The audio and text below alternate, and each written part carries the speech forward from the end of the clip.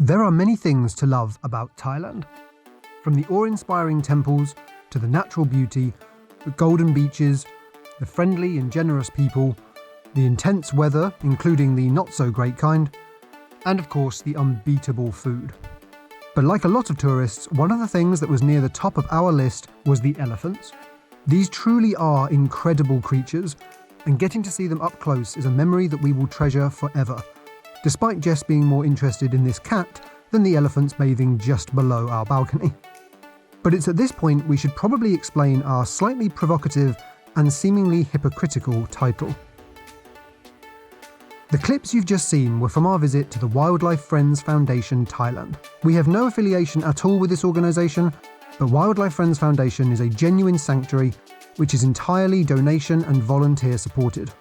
They rescue and care for a wide variety of animals, including over 20 elephants, many of whom have suffered mistreatment and abuse at the hands of humans. But unfortunately, not all organisations that claim the title sanctuary actually are one. We want to start by sharing the story of this elephant, Sipuk. She was one of the first we saw on our tour around the Wildlife Friends Sanctuary, and I warn you in advance, her story, like that of a lot of elephants, is a heartbreaking one.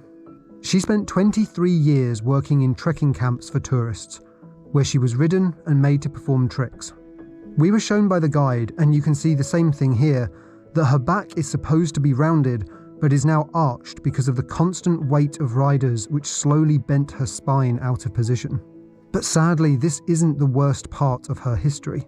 And just a quick warning, the following contains descriptions of animal abuse. Every elephant at this sanctuary, and almost all the elephants still at work in the tourism industry today, go through a horrifying process early in their lives to make them docile and obedient.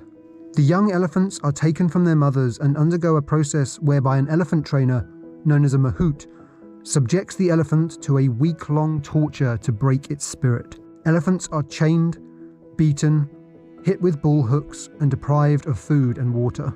Another mahout is then introduced to act something like the good cop. He feeds and cares for the elephant, encouraging the animal to bond to him and gaining its trust. At Wildlife Friends, they retrain mahouts to provide care for the elephants rather than use them for tourism, using the bond built between the two for good rather than for exploitation. And it's tempting to think that once an elephant reaches a sanctuary, its torment is over. But sadly, this isn't always the case.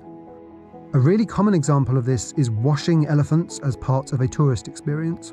There are a lot of organisations or so-called sanctuaries that offer this, and understandably people go thinking, what possible harm could washing be doing to the elephants? They do it themselves anyway, so we're just helping them, right?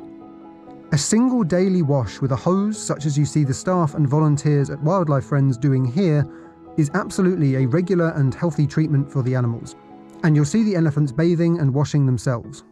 But this is a different story to having a constant stream of tourists forever scrubbing down their skin.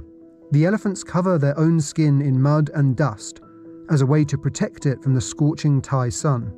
And constant washing prevents them from protecting themselves in this way, risking serious burns, and for such large animals that can be extremely painful or even fatal.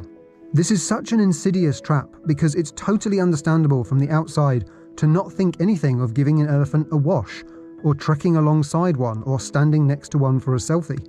But the process it takes to make elephants this docile in the first place is a hideous one. Tools like bull hooks are sometimes still used for reinforcement, but of course are hidden from the eyes of tourists. Not to mention the potential risk to your own safety. Whilst it's true that the process the elephants go through makes them much more tractable, they are still extremely large, strong, and occasionally unpredictable animals. Wildlife Friends is an example of a truly legitimate sanctuary where the best interests of the animals comes first, not the desires of tourists. So the question is, what can you do as a tourist to try and make sure that you're visiting a legitimate sanctuary or minimizing the possibility of harm to the elephants? And this isn't just our opinion, this is advice given to us by the sanctuary, and at its core, it's fairly simple. There should be little to no contact between tourists and the elephants.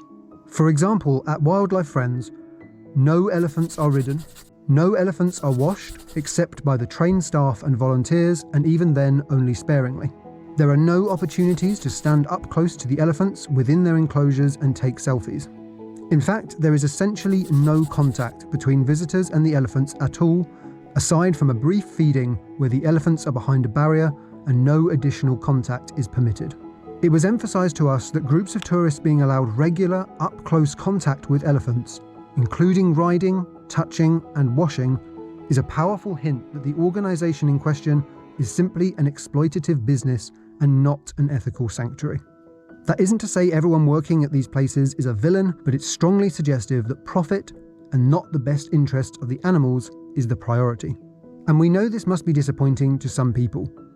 To get up close with these extraordinary animals must be an amazing experience, and I completely understand why people want to do so.